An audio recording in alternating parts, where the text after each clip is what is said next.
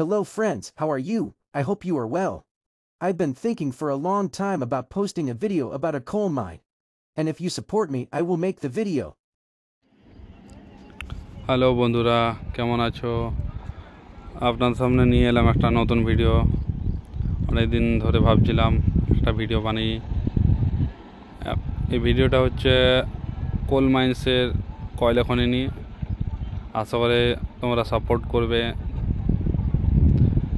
বর্ষাকালে কীভাবে মাইন্সের কী অবস্থা হয় তা তুলে ধরেছি।